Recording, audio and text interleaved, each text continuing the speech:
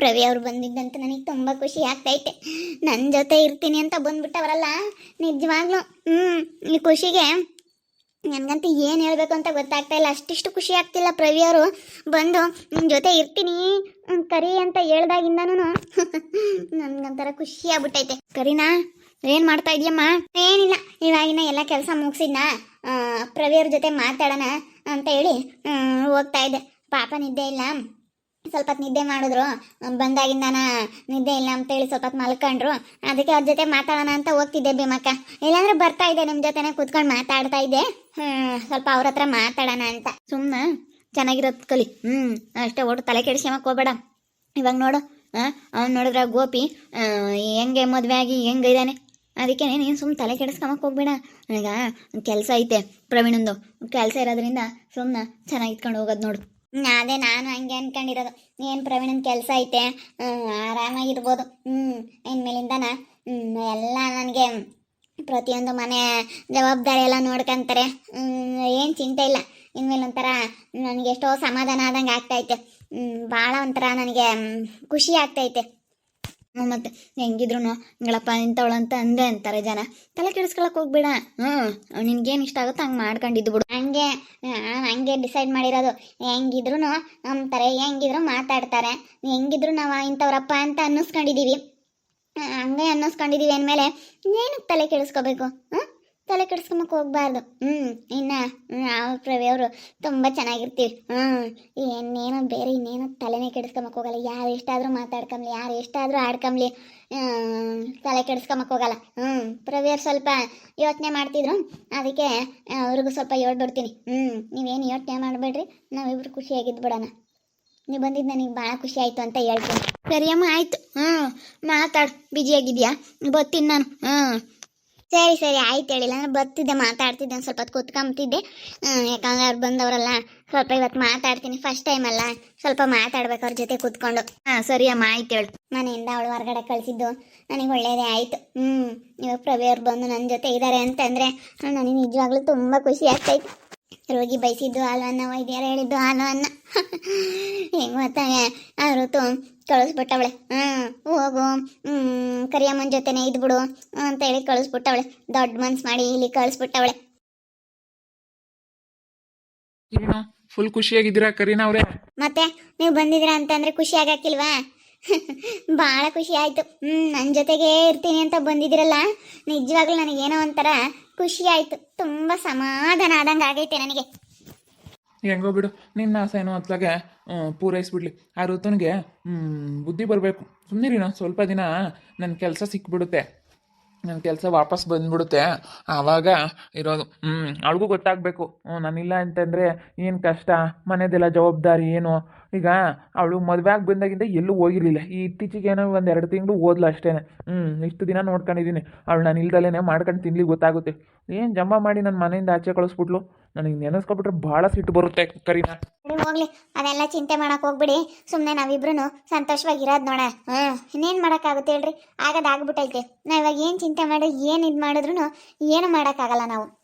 ಅದಕ್ಕೇನೆ ನಾವು ಚೆನ್ನಾಗಿರೋದು ನೋಡಬೇಕು. ಯಾರು ಎಷ್ಟಾದರೂ ಮಾತಾಡಲಿ, ಯಾರು ಏನನ್ನ ಅನ್ಕೊಂಬ್ಲಿ, ಅದನ್ನ ತಲೆಗೆ ಇಟ್ಕೊಳಕ್ಕೆ ಹೋಗ್ಬಿಡಿ ನೀವು. ಸರಿ ಆಯಿತು ಕರೀನಾ, ನಾನು ಅದೇ ಥರ ಯೋಚನೆ ಮಾಡಿರೋದು.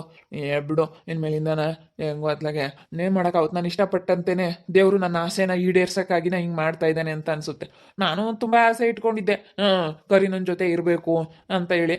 ಇವಾಗ ಹೆಂಗೋ ನಿನ್ನ ಜೊತೆ ಇರೋ ಅಂಥ ಭಾಗ್ಯ ಬಂತಲ್ಲಪ್ಪ ಅಂತ ಹೇಳಿ ಅಂದ್ಕೊಂತ ಇದ್ದೀನಿ. ಹೆಂಗೋ ಬಿಡು. ಹೆಂಗೋ ದೇವ್ರ ದಯದಿಂದನ ನಾವಿಬ್ರು ಒಂದಾಗಿ ಇವತ್ತು ಏನೋ ಚೆನ್ನಾಗಿದ್ದೀವಿ ಅಂತಂದರೆ ಆ ದೇವರೇ ನಮಗೆ ಚೆನ್ನಾಗಿರಲಿ, ಪ್ರವೀಣ ಮತ್ತು ಕರೀನಾ ಇಬ್ಬರು ಚೆನ್ನಾಗಿರಲಿ ಅಂತೇಳಿ ಏನೋ ದೇವ್ರ ಆಶೀರ್ವಾದ ಮಾಡ್ತಾ ಇದ್ದಾನೆ ಅನಿಸುತ್ತೆ. ಅದಕ್ಕೆ ನಮಗೆಲ್ಲ ಈ ರೀತಿ ಆಗ್ತಾ ಇರೋದಲ್ವ. ನಾವೆಷ್ಟೇ ವಿಷಯ ಮುಚ್ಚಿಡಬೇಕು ಅಂತಂದ್ರೂ ನೋಡೋದು ಯಾವ ಮುಖದಲ್ಲಾದರೂ ಆ ವಿಷಯ ಗೊತ್ತಾಗ್ಬಿಡುತ್ತೆ. ಅದೇ ಥರ ಆಗ್ಬಿಡ್ತು ನೋಡು, ಅದು ಹಿಂಗಾಯ್ತು ಅನ್ನೋದೇ ಗೊತ್ತಾಗಲಿಲ್ಲ. ಅದಕ್ಕೇ ನಾವಿಬ್ಬರು ಚೆನ್ನಾಗಿರ್ಬೇಕಂತ ದೇವರು ಹಿಂಗೆ ಮಾಡ್ತಾ ಇದ್ದಾನೆ ಅನಿಸುತ್ತೆ. ಅದು ಅಲ್ವಾ? ಅಷ್ಟೇ ಪ್ರವಿ ಅವರೇ, ತಲೆ ಕೆಡಿಸ್ಕೋಬಾರ್ದು. ಸುಮ್ಮನೆ ಖುಷಿಯಾಗಿರೋದು ನೋಡಬೇಕು. ಅದು ಹೆಂಗಿರ್ತಾಳೆ ಇರಲಿ ನೋಡೋಣ. ಅವಳು ಹಿಂಗೆಲ್ಲ ಮಾಡಿ ಅವಳು ಅವ್ರ ಅಜ್ಜಿ ಮಾತು ಕೇಳಿ ಕಳಿಸೋವಳಲ್ಲ, ಅವಳಿಗೆ ಇನ್ನೆಷ್ಟು ಇರಬೇಡ, ಇನ್ನೆಷ್ಟು ದಿಮಾಕ್ ಇರಬೇಡ ಅವಳಿಗೆ. ಮಾವ, ನೀನು ಬಂದಿರೋದ್ರಿಂದ ನನಗೇನೋ ಒಂಥರ ಧೈರ್ಯ ಬಂತು ಮಾವ. ಈಗ ನನಗಂತೂ ತುಂಬ ಚಿಂತೆ ಶುರುವಾಗ್ಬಿಟ್ಟಿತ್ತು. ನಾನು ನಮ್ಮ ಅಕ್ಕ ಹೆಂಗಪ್ಪ ಇರಲಿ ಅಂತ. ಹೆಂಗೋ ನೀವು ಬಂದಿರೋದು ನಮ್ಗೊಂಥರ ಧೈರ್ಯ. ನೋಡು ನನ್ನ ತಮ್ಮನಿಗೂ ನೀವು ಬಂದಿರೋದಕ್ಕೆ ತುಂಬ ಧೈರ್ಯ ಬಂದೈತೆ ಪ್ರವಿ ಅವರೇ. ನಾನು ನೋಡ್ಕೊಂತೀನಿ ಬೇಡ, ಮನೇದೇನಿದ್ರು ಪ್ರತಿಯೊಂದು ನಾನು ಎಲ್ಲ ನೋಡ್ಕೊಂತೀನಿ. ನೀನು ಏನು ಟೆನ್ಷನ್ ತಗೋಬೇಡ. ಏನು ತರಬೇಕು ಏನು ತಲೆ ಕೆಡಿಸ್ಕೊಬೇಡ, ನಾನೆಲ್ಲ ನೋಡ್ಕೊಂತೀನಿ. ನಾನು ನೋಡ್ಕೊಂಬದಕ್ಕೆ ಇದೇನಪ್ಪ ಹಿಂಗಿದ್ದಾರೆ ಅಂತ ಅನ್ಕೋಬೇಕು. ನಾನು ಕರೀನ ಇಬ್ರು ಒಂದು ಮನೆ ಕಟ್ತೀವಿ, ಒಂದು ಮನೆ ಕಟ್ಟಿ ಇಬ್ರು ಸಂತೋಷವಾಗಿ ಜೀವನ ಮಾಡ್ತೀವಿ ಅಷ್ಟೇ. ತಲೆ ಕೆಡಿಸ್ಕೊಂಬಕೋವಲ್ಲ. ಇನ್ನೇನು ಮಾಡೋಕ್ಕಾಗುತ್ತೆ. ಅವಳು ಋತು ಅಂತೂ ಚೆನ್ನಾಗಿ ಆಗೋದಿಲ್ಲ, ಆಗೋಗ್ಬಿಡ್ತು. ಅದೆಲ್ಲ ಯಾವತ್ತೂ ನೆಟ್ಟಗಾಗೋದಿಲ್ಲ ಅನ್ನೋದು ನನಗೆ ಗೊತ್ತು. ಇನ್ನು ನಾವು ಎಲ್ಲಿ ಚೆನ್ನಾಗಿರ್ಬೇಕು ಅಲ್ಲಿ ಚೆನ್ನಾಗಿರ್ಬೇಕು. ಯಾವುದು ಚೆನ್ನಾಗಾಗಲ್ಲ ಅದ್ರ ಬಗ್ಗೆ ತಲೆ ಕೆಡಿಸ್ಕೊಳ್ಳೋದು ಬೇಡ ಅಷ್ಟೇನೆ. ನಾನು ಹಂಗೆ ಡಿಸೈಡ್ ಮಾಡಿದ್ದೀನಪ್ಪ. ಇನ್ನೇನು ಮಾಡೋದು, ಅವಳೇ ಬರ್ಬೇಕು ನನ್ನ ಹತ್ರ. ಹಂಗೆ ಮಾಡ್ತೀನಿ ನೋಡು. ಹೆಂಗೋ ಬಿಡಿ, ನಿಮ್ಮ ಕೆಲಸ ಐತಲ್ಲ ಅಷ್ಟೇ ಸಾಕು ನನಗೆ. ಅದೊಂಥರ ಧೈರ್ಯ. ನಿಮಗೆ ಕೆಲಸ ಇರೋದ್ರಿಂದಲೇ ನನಗೇನೋ ಒಂಥರ ಮನಸ್ಸಿಗೆ ಯಾವುದೊಂದು ವಿಚಾರದಲ್ಲೇ ಆಗಲಿ ಧೈರ್ಯ ಬಂದೇ ಬರುತ್ತಲ್ವಾ. ಕೆಲಸ ಮಾತ್ರ ವಾಪಸ್ ಬಂದೇ ಬರುತ್ತೆ. ಇವತ್ತಲ್ಲ ನಾಳೆ ಇನ್ನೊಂದು ತಿಂಗಳಿಗೆ ಗೊತ್ತಾಗ್ಬಿಡುತ್ತೆ. ಇನ್ನೊಂದು ತಿಂಗಳಿಗೆ ನಮಗೆ ಎಲ್ಲ ಏನು ಕೆಲಸ ಏನು ಎಲ್ಲ ಪ್ರತಿಯೊಂದೂ ಗೊತ್ತಾಗ್ಬಿಡುತ್ತೆ. ಇನ್ನೊಂದು ತಿಂಗಳು ಟೈಮ್ ತಗೊಬಿಟ್ರೆ ಎಲ್ಲ ಗೊತ್ತಾಗ್ಬಿಡುತ್ತೆ ಬಿಡುಕರಿನ. ಸರಿ ಆಯ್ತು ಮಾವ, ನಾನು ಸ್ವಲ್ಪ ತರಕಾರಿ ಗಿರ್ಕಾರಿ ಎಲ್ಲ ತಗೊಂಬರ್ತೀನಿ ಹೋಗಿ. ಸರಿ ಆಯ್ತು ಕಣೋ, ತಗೊಂಬರ. ಫೋನ್ ಪೇ ಮಾಡಿಸುತ್ತೇನೆ, ಮಾವು ಫೋನ್ ಮಾಡ. ಅದೆಷ್ಟಾಗೈತೆ ಎಲ್ಲ ತಗೊಂಡು, ಏನೇನೈತೆ ನಾನು ಬರ್ಕೊಟ್ಟಿದ್ದೀನಲ್ಲ ಅದನ್ನೆಲ್ಲ ತಗೊಂಡು ಫೋನ್ ಮಾಡು. ಹಣ್ಣುಗಳೆಲ್ಲ ತಗೊಂಬ ಹಂಗೆ. ಮಾವಿನಹಣ್ಣು, ಬಾಳೆಹಣ್ಣು ಎಲ್ಲ, ಸ್ವಲ್ಪ ದಾಳಿಂಬ್ರೆ ಎಲ್ಲ ತಗೊಂಬ, ಸರಿನಾ? ಎಲ್ಲ ತಗೊಂಬಂದು ನಿಮ್ಮ ಮಾವ ಫೋನ್ ಪೇ ಮಾಡುತ್ತೆ. ಫೋನ್ ಮಾಡು ಕರಿಯಾ, ಮರಿಬೇಡ. ಸರಿ ಆಯ್ತಕ್ಕ. ಅವನಿಗೊಂಥರ ಧೈರ್ಯ. ಅವನಂತೂ ನನಗೆ ಏನು ಮಾಡಬೇಕು ಏನು ಎತ್ತ ಅಂತ ತುಂಬ ಯೋಚನೆ ಮಾಡ್ತಾ ಇದ್ದ. ಆತ ನೀವು ಎಷ್ಟು ಹೇಳಿದ್ರು ಕೇಳಲಿಲ್ಲ. ಅವಳು ಜಗಳ ಮಾಡ್ಕೊಂಡು ಅದೇ ಹೋಗ್ಬಿಟ್ಲಪ್ಪ. ನಾನು ಬಂದಿಟ್ಕೆ ಅವನಿಗೆ ಸ್ವಲ್ಪ ಮನಸ್ಸಿಗೆ ಸಮಾಧಾನ ಆಗ್ಬಿಡ್ತು. ಇನ್ನೇನು ಮಾಡೋಕ್ಕಾಗುತ್ತೆ ಬಿಡು. ಅಲ್ಲ, ನಮ್ಮ ತನ್ವಿ ಆದ್ರೂ ಚೆನ್ನಾಗಿರುತ್ತೆ ಅಂತ ಅನ್ಕೊಂಡೆ ನಾನು. ನಮ್ಮ ತನ್ವಿಗಾದ್ರೂ ಬುದ್ಧಿ ಬೇಡವಾ? ಅವ್ರ ಮಾತು ಕೇಳ್ಕೊಂಡು ಹೋಗಿರೋದು ನೋಡು. ಅಯ್ಯೋ ದೇವ್ರೆ. ಅಲ್ಲ ನೋಡಿ ಎಂಥ ಕೆಲಸ ಆಯಿತು. ಇಲ್ಲಿ ಆ ಚೈತ್ರ ಆಗಲಿ ಯಾರಾದರೂ ಏನಾದರೂ ಮಾತಾಡಿದ್ರು ಸರಿಯಾಗಿ ಹೇಳ್ಬಿಡು.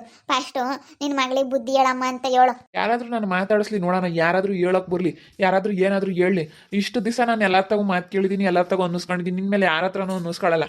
ಯಾರಾದರೂ ಬಂದು ನನಗೊಂದು ಮಾತು ಕೇಳಿದ್ದಾರೆ ಅಂತ ಸರ್ಯಾಗಿ ಅಂದ್ಬಿಡ್ತೀನಿ. ಯಾರು ನಾನೇನು ಮುಲಾಜ್ ಕೇಳಲ್ಲ. ಹೇಳೋದಕ್ಕೆ ನೀವು ಅಷ್ಟಕ್ಕೂ ನೀವು ಯಾರು, ನನಗೆ ಹೇಳೋದಕ್ಕೆ ನೀವು ಯಾರು ಅಂತ ಕೇಳ್ತೀನಿ ಒಂದೇ ಸತಿ. ಮತ್ತೆ ಅವ್ರ ಮುಂದಕ್ಕೆ ಮಾತಾಡಬಾರ್ದು, ಆ ರೀತಿ ಹೇಳ್ಬಿಡ್ತೀನಿ. ನಿನ್ನ ಮತ್ತೆ ಹೇಳ್ಬಾರ್ದು ನನಗೇನು. ನಮ್ಮ ಅತ್ತೆ ಆಗಲಿ ಮಾತಾಡಿಸ್ಲಿ, ನಮ್ಮ ಚೈತ್ರಕ್ಕ ಆಗಲಿ, ಯಾರೇ ನಮ್ಮ ಜಯತ್ತೆ ಆಗಲಿ, ನಮ್ಮ ವರ್ಷಮವಾಗಲಿ, ಯಾರಾದರೂ ಮಾತಾಡಿಸ್ಲಿ, ಅವಾಗ ಏನು ಹೇಳ್ಬೇಕು ಅನ್ನೋದು ನನಗೆ ಚೆನ್ನಾಗಿ ಗೊತ್ತೈತೆ. ಹೇಳ್ತೀನಿ. ಏನು ಮಾತಾಡ್ಬೇಕು ಏನು ಹೇಳ್ಬೇಕು ಅನ್ನೋದು ನನಗೆ ಚೆನ್ನಾಗಿ ಗೊತ್ತೈತೆ. ರವಿ ಅವ್ರಿಗೂ ನಮ್ಮ ಮನೆಗೆ ಬಂದಾಗಿಂದನ ಏನೋ ಒಂಥರ ಧೈರ್ಯ. ಅವ್ರಿಗೂ ಏನೋ ಬಂದ್ಬಿಟ್ನಲ್ಲ, ಕರಿಯಮ್ಮನ ಜೊತೆ ಇದೀನಲ್ಲ ಅನ್ನೋದು ಸ್ವಲ್ಪ ಧೈರ್ಯ. ಅವ್ರಿಗೂ ತುಂಬ ಆಸೆ ಇತ್ತು. ಹೆಂಗ ಆಸೆಗಳನ್ನ ಈಡೇರಿಸ್ಕೊಂತ ಇದೀನಿ ಅಂತೇಳಿ ಇವಾಗ ಒಂದು ಸ್ವಲ್ಪ ಸಮಾಧಾನ ಮಾಡ್ಕೊತಾ ಇದ್ದಾರೆ. ಇನ್ನು ಯಾರಾದರೂ ನನಗೊಂದು ಮಾತು ಕೇಳಿದಾರೆ ಅಂತಂದ್ರೆ ನಾನು ಸಹಿಸ್ಕೊಂಬಲ್ಲ, ಸರಿಯಾಗಿ ಅಂದ್ಬಿಡ್ತೀನಿ ಅಂತೇಳಿ ಹೇಳ್ತಾವ್ರೆ. ನೋಡ್ತಾ ಇರಿ, ಏನೇನಾಗ್ಬೋದಂತ ಮುಂದಿನ ಭಾಗದಲ್ಲಿ ನೋಡ್ತಾ ಇರಿ. ಹಾಗೆ ವಿಡಿಯೋ ಬಗ್ಗೆ ನಿಮ್ಮ ಒಬ್ಬೊಬ್ಬರನ್ನ ಕಮೆಂಟ್ ಮಾಡಿರಿ. ಹಾಗೆ ವಿಡಿಯೋ ಇಷ್ಟ ಆಗಿದ್ರೆ ಲೈಕ್ ಮಾಡಿ, ಶೇರ್ ಮಾಡಿ. ಇನ್ನೂ ಯಾರ್ಯಾರು ನಮ್ಮ ಚಾನಲ್ ಸಬ್ಸ್ಕ್ರೈಬ್ ಮಾಡ್ಕೊಂಡಿಲ್ಲ ತಪ್ಪದೆ ಕೂಡಲೇ ಸಬ್ಸ್ಕ್ರೈಬ್ ಮಾಡ್ಕೊಳ್ಳಿ ಅಂತ ಹೇಳ್ತಾ ಈ ವಿಡಿಯೋನ ಇಲ್ಲಿಗೆ ಎಂಡ್ ಮಾಡ್ತಾ ಇದ್ದೀನಿ. ಮುಂದಿನ ವಿಡಿಯೋದಲ್ಲಿ ಸಿಗ್ತೀನಿ. ಎಲ್ರಿಗೂ thank you. Tata, bye, see you.